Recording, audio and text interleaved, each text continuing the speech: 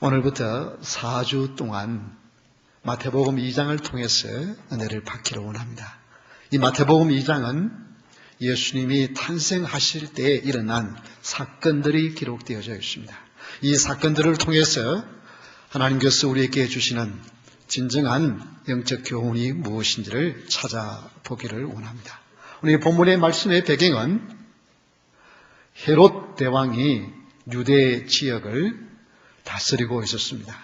근데 어느 날 멀리서 온 동방에서 온 박사들이 유대인의 왕으로 나신 분이 어디 있습니까? 그렇게 질문을 합니다. 이 질문을 들은 헤롯 왕은 놀라지 않을 수 없습니다. 내가 지금 왕인데 왕이 태어났다 그러니까 놀랄 수밖에 없습니다. 그리고 이 말을 들은 모든 예루살렘의 백성들은 소동했다고 말씀하고 있습니다. 왜 예수님의 탄생에 이들은 놀라고 소동했는가? 이 부분들을 우리가 살피면서 하나님 우리에게 주신 교훈을 찾기를 원합니다. 첫 번째, 예수님의 탄생하신 의미는 헤롯 왕 때에 오셨다고 기록하고 있습니다. 1절을 한번 보십시오. 헤롯 왕 때에 예수께서 유대 베들레헴에서 나심에 동방으로부터 박사들이 예루살렘에 이르러 말하되 라고 하십니다. 자, 이 헤롯 왕 때가 어느 때인가? 그것은 세상에서 가장 어두운 때를 말하고 있습니다. 왜 헤롯 왕 때가 세상에서 가장 어두운 때인가? 이 헤롯 시대에는 사실은 유대인들이 보기 드물게 어느 정도 자유를 누리고 나라가 안정되어져 있었습니다. 이 헤롯 대왕은 상당히 제주꾼입니다. 그래서 이 헤롯 대왕이 성전을 건축을 하는데 무려 자기 대에 다 못 끝내고 다음 자기 아들들이 끝낼 정도로 이 46년 동안 성전을 지었습니다. 그래서 겉으로 보기에는 성전이 화려하게 복원이 되어졌고 나라는 로마로부터 식민지지만 그래도 어느 정도 안정을 누리고 살 수 있는 그런 때였습니다. 그런데 왜 성경은 그때가 가장 어두운 때라고 말씀을 하고 있느냐? 이 헤롯 대왕은 주전 37년부터 주전 4년, 그러니까 예수님이 탄생하시던 그 해에 세상을 뜹니다. 그런데 사실은 이 헤롯이 유대인의 왕이라고 그러지만은 사실은 유대인이 아닙니다. 에돔 족속, 이둠의 집안의 사람입니다. 그러면서 이 정치에 대한 야욕을 버리지 못하고 그 당시에 하스몬 왕조가 있었는데 그 왕조를 깡그리 다 죽입니다. 죽이면서 심지어 자기 부인이 이 하스몬 왕조의 딸이었습니다. 그래서 자기의 부인까지 죽이고 그 부인의 두 아들까지 죽이고 장인까지 죽이면서 자기는 유대인의 왕으로 서 있었습니다. 유대인의 혈통이 아닌 이방인의 족속이 유대인 나라를 다스리는, 즉 유대인의 왕이 될 자격이 없는 사람이 다스리는 그때였습니다. 그러면서 이 자기의 정권을 잘 유지하기 위해서 수많은 사람들을 죽였을 뿐만 아니라 유대인들의 환심을 사기 위해서 성전을 지었던 것입니다. 그래서 성경은 이 헤롯 왕이 유대인들의 모든 왕조를 다 죽여버리고 유대인이 아닌 사람이 유대인의 왕으로 있는 그때에, 그래서 가장 영적으로 어두운 때라고 성경은 말하고 있습니다. 그래서 갈라디아서 4장 4절에 보면 때가 참에 하나님이 그 아들을 보내사 여자에게 나게 하시고 율법 아래 나게 하신 것은 때가 차서 예수님을 유대인의 왕으로 보내셨다는 것입니다. 왜 그런가? 이 때는 너무나도 어두운 때였습니다. 이 어두운 때가 왜 이 헤롯 대왕의 어두운 때인가는 다시 누가복음 2장 1절에 보면 이런 말씀이 있습니다. 그때 가이사 아구스도가 영을 내려 천하로 다 호적하라 하였으니, 이 가이사 아구스도가 로마의 왕이었습니다. 이 가이사 아구스도는 BC 27년부터 AD 14년까지 상당히 긴 기간 동안 이제 황제로 있었습니다. 그런데 이 황제 때에 드디어 이 로마가 이 평화를 얻게 되었습니다. 무슨 평화? 그래서 그 당시에 있었던 팍스 로마나, 로마의 평화를이라고 하는 그런 말이 유행을 했습니다. 왜 이렇게 유행을 했느냐 하면은 거기에는 이유가 있습니다. 이 가이사 아구스도, 이 가이사 아구스는 옥타비아누스 황제인데요. 이 가이사 아구스도가 점령하는 모든 나라들마다 그 나라의 식민지로 삼는 대신에 그 나라의 종교와 그 나라의 문화와 그 나라의 풍습을 다 인정해 주었어요. 너희들이 믿는 신 다 믿어라. 그러나 로마에 충성만 해라. 로마의 세금만 잘 바치면 너희들 편안하게 살 수 있다. 그래서 로마에 충성만 하는 나라는 가만히 놔두었어요. 그리고 그 나라 종교를 잘 번성하도록 인정을 해 주었습니다. 그러니까 그 나라 사는 사람들은 뭐 큰 문제가 없어요. 그냥 세금 좀 더 내는 것 외에는 큰 문제가 없어요. 그래서 그 당시 로마에 평화가 있어요. 팍스 로마나. 얼마나 좋은 세상이 왔습니까? 그런데 뭐냐 하면은 이 가이사 아구스도는 모든 종교를 다 통합해서 자기가 대제사장이라고 그랬습니다. 자기의 조상 시저를 높일 뿐만 아니라 자기를 높여서 모든 종교의 최고위가 자기라고 그랬습니다. 그래서 황제를 숭배하게 했어요. 이것은 잘 할 수 있도록 뒷받침해 주었던 사람이 누구냐면 헤롯 대왕입니다. 헤롯이 이 가이사 아구스도가 황제가 되는 일에 굉장한 영향력을 행사했습니다. 그렇기 때문에 그런 분봉왕으로서 굉장한 힘을 가지고 있었습니다. 여러분, 이것은 요한계시록에 보면은 마지막 때가 되면 이런 거짓 그리스도와 음녀와 세상이 야합해서 종교를 통합하고 그 위에 서는 자가 나올 것에 대한 이야기를 요한계시록에 하고 있습니다. 바로 그런 의미가 여기에 있습니다. 오늘날에도 이 예수님에 대한 많은 도전들이 일어나면서 종교 혼합주의가 일어나고 있습니다. 마태복음 25장 5절에 보면 신랑이 드디어 오므로 다 졸며 잘세라고 말합니다.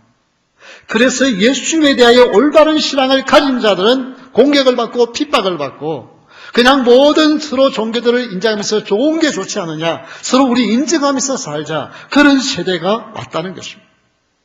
그러기에 바로 헤롯 대왕 때의 그 혼합주의가 일어나는 그 암흑이 지금 이 시대에도 역시 일어나고 있다는 것입니다.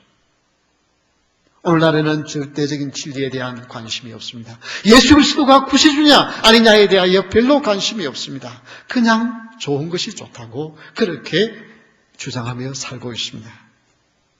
그 이솝 우화에 보면 파리와 좀나비의 이야기가 나옵니다. 그게 보면 하루는 파리가 너무 배가 고픈데 코에 냄새가 나는 거예요. 꿀 냄새가 나는, 탄 냄새, 향기가 나요. 그래서 하다 보니까 꿀단지가 있어. 처음에는 꿀단지 그 언저리에 붙어있는 꿀을 이렇게 조금씩 빨아먹는 재미가 있어요. 그런데 좀 먹다 보니까 너무 재밌는 거예요. 이것만 가지고 성이 안 차는 거야. 그래서 그 꿀이 있는 속으로 들어갔는데 그만 이게 꿀에 빠져버렸어요. 거기서 허우적거리고 있으니까 이 좀나비가 그것을 보고는 비웃습니다. 야, 그 욕심 덩어리야. 그 끝에서 그 박해에서 먹지. 그렇게 욕심 부리다가 그 꿀 속에 빠져 죽느냐. 그러면서 야지를 놓습니다. 근데 웬일입니까? 얼마 후에 보니까 이 좀나비가 등불을 보고는, 불을 보고는 그 가까이 가서 뱅뱅 돌다가 그만 불 속에서 타서 죽습니다. 그 모습을 보고는 이 파리가, 이 녀석아, 날 그렇게 비난하더니 너는 불장난을 타 죽을 줄도 모르고 그렇게 심하게 하느냐. 이게 오늘 세상이에요. 오늘 세상. 정말 무엇이 올바른 것인지 무엇이 진리의 관계. 지금 나에게 좋으면, 그냥 지금 나에게 이익이 되었으면 여기에 빠져 있었어. 오늘날 너무나도 진리가 혼탁해져 가고 있습니다. 오늘 우리 여기에서 예수님의 탄생의 진정한 의미가 무엇인지, 이 헤롯 대왕과 거기에 야합했던 백성들이 겉으로는 하나님을 섬기는 모습이 있었습니다. 그러나 진정 하나님의 아들 예수 그리스도가 오니까 그 예수님을 받아들일 아무런 마음이 없었기에 그들은 예수님을 거부하게 되었습니다. 그래서 이 헤롯 왕 때에는 세상의 가장 어두운 때에 예수님이 오셨습니다. 두 번째로 예수님의 탄생의 의미는 유대인의 왕으로 나셨습니다. 유대인의 왕으로 나셨다고 하는 말은 구세주로 나셨다고 하는 의미가 있습니다. 왜 유대인의 왕이 예수 그리스도 구세주입니까? 유대인의 왕은 바로 그 당시에 이미 조금 전에 제가 말씀드린 대로 헤롯 대왕이 유대인의 왕의 혈통을 이을 사람들을 깡그리 다 찾아서 죽여버렸습니다. 더 이상 혈통상으로 유대인의 왕으로 자치할 자가 없었습니다. 그런데 유대인의 왕으로 누가 났다는 거예요. 이것은 구약의 다윗을 통해서 우리 주님이 내 위를 이은 위가 나와서 영원히 보좌에 앉게 하리라고 우리 주님이 약속하신, 즉 메시아를 보내주실 것을 약속한 것입니다. 여러분, 3명의 동방의 박사들이 예수님을 찾아오기 위해서, 예수님께 예배 한번 드리기 위해서 먼 길을 떠났습니다. 거기에 오다가 강도의 위험도 있습니다. 목숨을 잃어버릴 가능성도 있습니다. 직장을 놔두고 왔으니까 직장도 보였습니다. 여러분, 그 당시 유대의 땅은 무슨 땅입니까? 로마가 정복하고 있는 속국이에요. 조그마한 나라예요. 거기에 무슨 왕이 태어났는데 그 왕에게 한번 절하기 위해서 그 모든 걸 다 내버리고, 요즘으로 말하면 올린하고 거기 와서 예배하러 왔겠습니까? 유대인의 왕이 아니에요. 그냥 단순한 유대인의 왕이 아니고 약속하신 하나님, 하나님이 약속하신 메시아가 이 땅에 왔다고 하는 확신이 있었기 때문에 그들은 모든 것을 가지고 모든 것을 다 내려놓고 하나님 앞에 아들 메시아에게 예배하기 위해서, 구세주에게 예배하기 위해서 왔던 것입니다. 왜 그렇습니까? 마태복음 9장 36절에 보면 무리를 보시고 불쌍히 여기시니 이는 그들이 목자 없는 양과 같이 고생하며 기진합니다. 목자가 없는 양은 고생할 수밖에 없습니다. 그것처럼 우리 하나님이 보실 때에 너무나도 헤롯이아의 캄캄함 속에서 백성들이 무엇이 길인지 모르고 어떤 것이 올바른 생명의 길인지 모르고 방황하는 저들에게 우리 하나님은 불쌍히 여겨서 목자 없는 저들에게 참된 목자가 되고 참된 왕이 되시는 예수 그리스도를 보내주신 것입니다. 그래서 그 예수님이 탄생할 때 누가복음 1장 32절에 보면 이런 말씀이 있습니다. 그가 큰 자가 되고 지극히 높으신 이의 아들이라 이끌어질 것이요 주 하나님께서 그 조상 다윗의 왕위를 그에게 주시리니. 그렇죠? 하나님께서 다윗의 왕위를 어떻게 해요? 그에게 주신다. 그래서 유대인의 왕이라는 것입니다. 이것은 구약의 약속한 그대로 일어난 것을 말하는 것입니다. 오늘날에도 예수님에 대하여 많은 분들이 혼동합니다. 정말 예수님만이 우리의 구주일까? 여기에 대하여 많은 도전을 하고 있습니다. 그러나 요한계시록 19장 16절에 보면 이런 말씀이 있습니다. 우리 다 함께 한번 읽어볼까요? 그 옷과 그 다리에 이름을 쓴 것이 있으니 만왕의 왕이요 만주의 주라 하였더라. 다시 오실 예수님은 만왕의 왕이요 만주의 주가 되신 줄 믿으시기 바랍니다. 유대인의 왕으로 나셨다는 것은 인류의 구세주로 나신 것을 말합니다. 20세기의 가장 훌륭한 소설가요, 신학자인 C.S. 루이스가 캠브리지 대학에 초청을 받아서 그 채플 시간에 설교를 하러 갔습니다. 그 설교 시간에 이분이 설교 내용은 뭐냐면 예수님이 구주가 되심에 대한 설교를 했습니다. 그렇게 열변을 토해서 설교를 하고 나니까 그 캠브리지 얼마나 똑똑하다고 자부심 있는 학생들입니까? 그 학생이 이 교수님을 만나서 교수님, 만약에 오늘 이 채플 시간에 예수이면 훌륭한 선생님, 도덕적인 선생님이라고 말을 했다고 한다면 모든 학생들이 일어서서 기립박수로 교수님의 강의를, 교수님의 설교를 듣고 칭찬했을 것입니다. 그러나 교수님은 쾌쾌묵은 너무나도 편협적인 예수님이 구주가 되신다고 하는 이 설교를 했기 때문에 아무도 반응을 보이지 않았습니다. 그렇게 이야기를 했습니다. 이 말을 들은 C.S. 루이스 교수님이 이렇게 말을 했습니다. 학생은 예수님이 정말 완전한 도덕적인 스승인 것을 인정하는가? 예, 그럼요. 예수님은 훌륭한 도덕적인 선생님을 인정합니다. 그런 거예요. 그래. 그러면 그 훌륭한 도덕적인 선생님이 가르쳐준 교훈대로 살았는가? 그대로 살았는가? 그렇게 물었어요. 그러니까 이 학생이 그대로 살지를 못하고 살려고 노력은 했습니다. 그러나 그대로 살지는 못했습니다. 그때 이 C.S. 루이스 교수님은 정색을 하면서 그래, 자네 말이 맞네.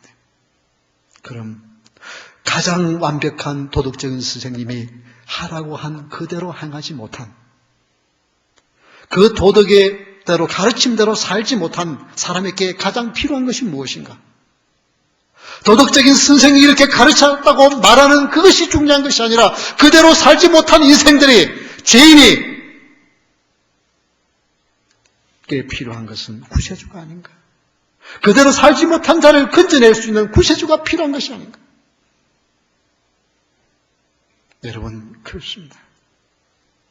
오늘날 사람들은 예수만이 우리의 참된 구세주라고 말하는 일에 대하여 많은 도전을 합니다. 그저 예수님은 훌륭한 도덕적인 선생님이라고 말할 때에는 동의를 합니다. 그러나 아닙니다. 훌륭한 도덕적인 가르침을 받았지만 그대로 살지 못한 죄인들에게는 죄의 문제를 해결하실 구세주 메시아가 필요한 줄 믿으시기 바랍니다. 그래서 우리 하나님은 예수님을 이 땅에 보내신 것이에요. 구세주로 보내신 거예요. 인류의 도덕 선생으로 보낸 것이 아니라 죄의 문제를 해결하실 메시아로 이 땅에 보내신 줄 믿으시기 바랍니다. 세 번째, 예수님의 탄생의 의미는, 이 예수님의 탄생의 소식을 듣고 3절을 한번 보십시오. 헤롯 왕과 온 예루살렘이 듣고 소동한지라고 했죠. 헤롯 왕과 백성들이 소동했습니다.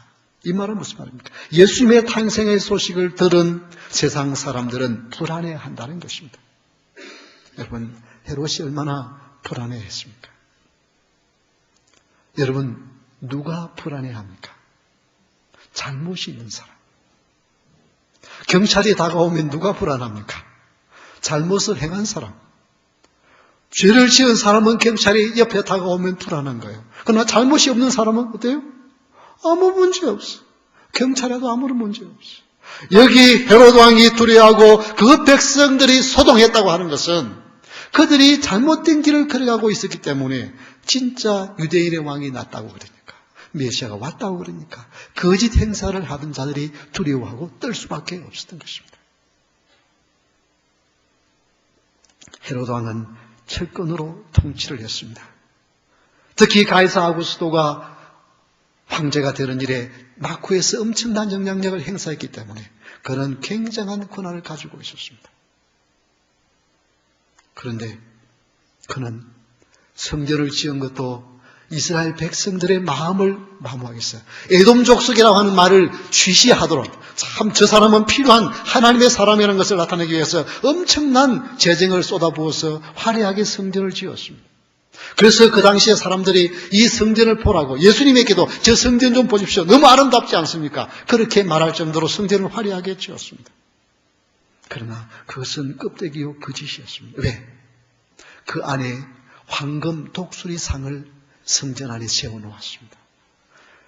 독수리상은 무엇입니까? 그 당시 로마를 상징하는 것입니다.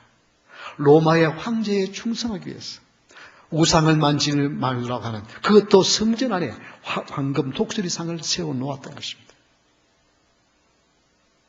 그렇습니다. 거짓은 누구와도 야합을 합니다. 진리가 없는 사람은요, 누구와도 하나가 될 수가 있습니다. 헤롯은 이렇게 백성들을, 그래서 백성들에 관한 바리새인들 있고 서기관들 있었지만은 이 헤롯 대왕과 짝짝꿍이 되었어요. 그들의 목적과 그들의 욕심을 채우고 있었습니다. 이것이 세상입니다. 세상 사람들은 진리를 가지고 있지 않기 때문에 그들은 왕권을 가지고 있지만 두려워했습니다. 마태복음 14장 5절에 보면 헤롯이 요한을 죽이려 하되 무리가 그를 선자로 여김으로 그들을 두려워하더니 백성들의 눈치를 봅니다. 물론 여기에 나오는 헤롯은 우리가 아까 보았던 마태복음 2장의 헤롯과는 그 아들입니다. 이미 헤롯은 죽고 그 아들이 분봉왕 아들이 되었는데 사람들은 백성들을 두려워합니다. 뿐만 아닙니다. 거기에 있는 제사장들이나 거기에 있는 바리새인 서기관들도 마태복음 21장 13절을 한번 보십시오. 우리 한번 다 같이 읽겠습니다. 그들에게 이르시되 기록된 바 내 집은 기도하는 집이라 일컬음을 받으리라 하였거늘 너희는 강도의 소굴을 만드는도다 하시니라. 예. 성전은 잘 지어 놓았는데 예수님이 오셔서 그 성전을 보고 뭐라고 해요? 강도의 소굴이다라고 말했어요. 왜 그랬습니까? 하나님께 진정한 예배를 드려 하나님에 대한 관심이었고요. 겉으로 모양이 있었습니다. 제사 드리는 모양이 있었어요. 그런데 왜 그곳이 강도의 소굴이 되었습니까? 그곳에서 가이사의 형상이 있는 그 돈은 성전세로 하나님께 바칠 수가 없었습니다. 그래서 거기서 가지고 온 돈을 유대인의 돈으로 바꿔야 했습니다. 그때 폭리를 취합니다. 뿐만 아닙니다.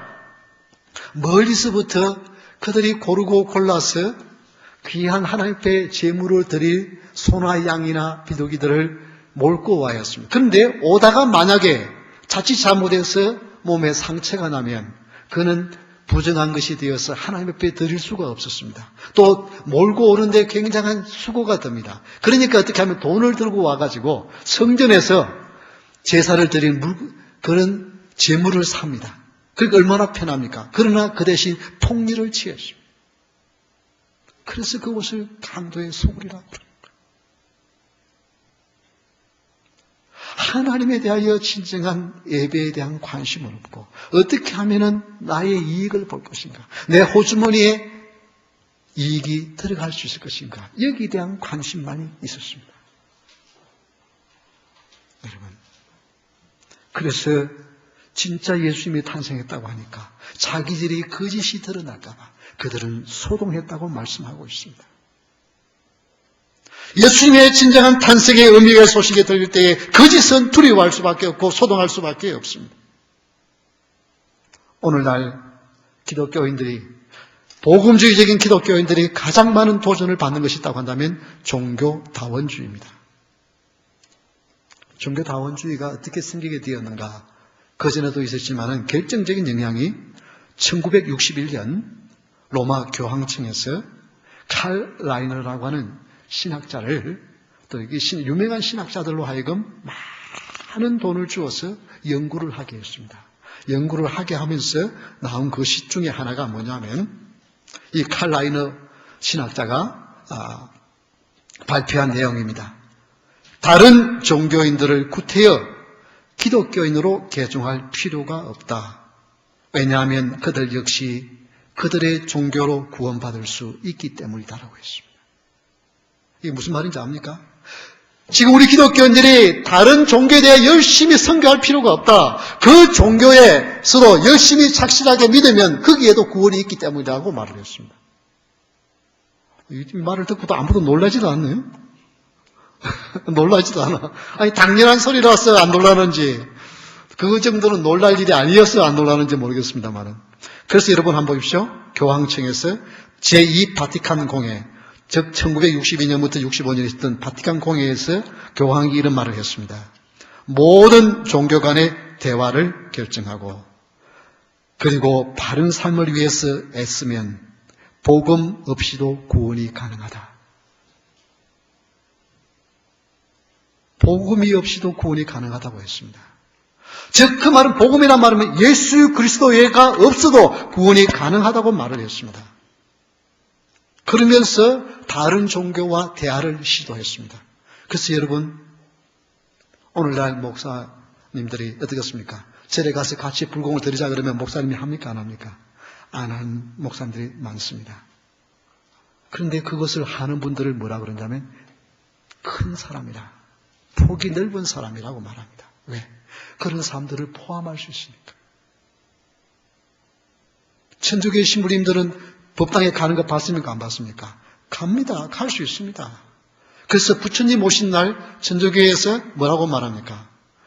봉추, 어느 천주교에 거고, 그렇게 거기다 갖다 붙입니다. 기독교 예수님 탄생하는 날 어떻게 합니까? 불교에서 축, 성탄, 예수님 탄생을 축하합니다고 불교, 어느 불교, 그리고 밑에 배너 붙여놓은 것 여러분 봤을 거예요. 그래서 세상 신문에 뭐라고 말합니까? 이 보십시오. 저 골통 몇몇 기독교 목사님들 외에는 다 종교를 서로 인정해 주는데 부처님 오신 날도 저렇게 축하해주고 또 예수님 오신 날도 다른 종교가 축하를 해주는데 다 서로 가는 길은 다르지만 목적은 똑같은데 다 갈 수 있는데 왜 저렇게 고집을 피우는가 욕을 합니다. 그래서 예수님을 구주라고 고백하는 사람들을 굉장히 비난합니다. 내년에 부산에서 WCC가 모이는데요. 이 WCC가 어떤 것이냐면은 구태여 선교사를 파송해서 그 나라에 예수님을 믿고 개종하도록 만들 필요가 없다고 주장합니다. 왜냐하면 그 나라의 종교를 잘 부흥할 수 있도록 돕는 것이 선교라고 말합니다. 그래서 1991년 WCC 회의 때 이화여대 교수인 정형경 교수가 그곳에서 초혼제를 했습니다. 초혼제는 뭐냐 하면은 죽은 사람들의 영혼을 불러내는 그런 초혼제를 한 거예요. 즉, 이 무당이 하는 짓을 한 거예요. 그래가지고 광주 사태 때 죽었던 영혼들 나오시오. 그리고 저 천안문 사태 때 죽었던 영혼들 나오시오. 그래가지고 우리 다 함께 축제합시다. 그게 기독교인들의 모임, 그게 목사님들의 모임, WCC에서 했던 일입니다.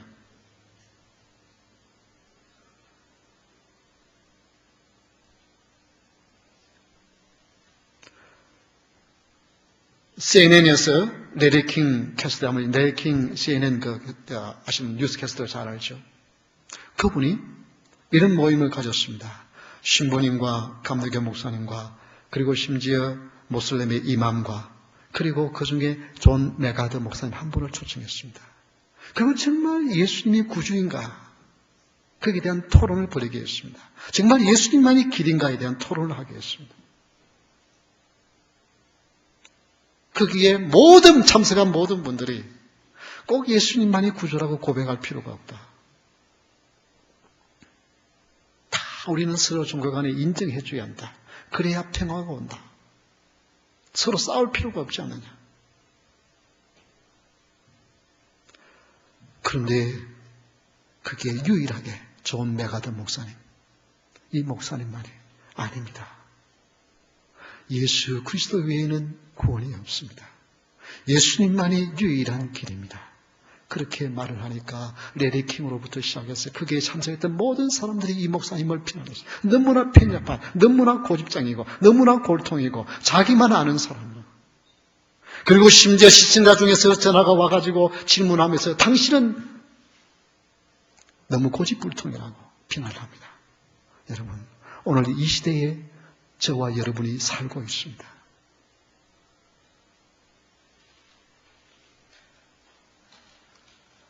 서로 간에 종교 간에 대화를 해야 한다고 하는 것이 바로 종교 혼합주의입니다. 그것이 바로 예수님이 탄생하신 때에 가이사 아구스도가 주장했던 것입니다. 팍스 로마나 평화. 오늘날 평화에 대해서 얼마나 많은 말합니까? 종교 간에 싸울 것이 아니라 우리는 서로 잘 지내야 되고 서로 인정해 줘야 된다. 얼마나 겉으로 보기에는 너무나 평화로운 말입니까? 그러나 사실 그 당시에 진정한 평화가 있었습니까? 로마에 순종할 때 평화가 있었습니다. 예수님을 탄생한 요셉과 마리아 한번 보십시오. 저 북쪽 나사렛에서 남쪽 베들레헴까지 무려 120km가 떨어져 있습니다. 직선거리가. 그러면 걸어서 올라가면 적어도 150km에서 200km가 떨어져 있습니다. 만삭된 부인이 호적의 명령을 내리니까 가지 않으면 안 될 정도로 엄한 것이었습니다. 여러분, 평화를 말하지만은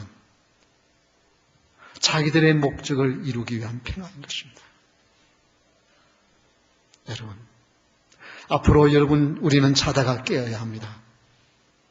우리가 믿는 예수님, 예수 그리스도만이 유일한 구원이라고 말할 때 그것은 너무나도 독선적이고 그것은 잘못된 것이라고 여러분을 향하여 엄청난 비난을 하는 세대가 이미 다가와 있다는 것입니다.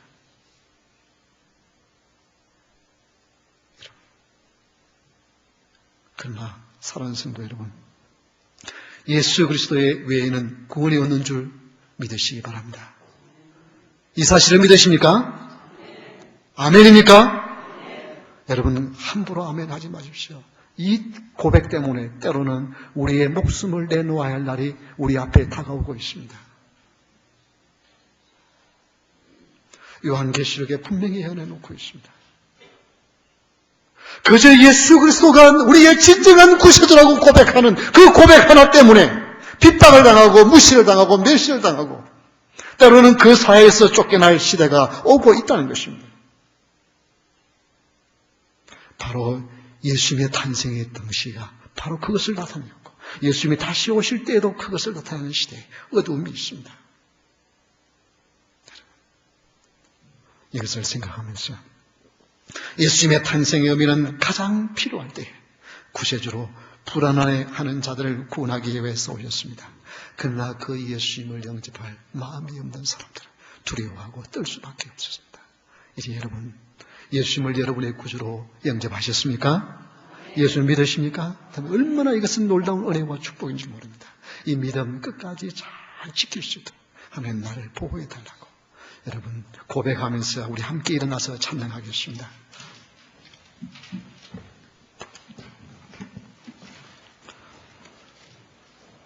우리 찬송가 104장입니다.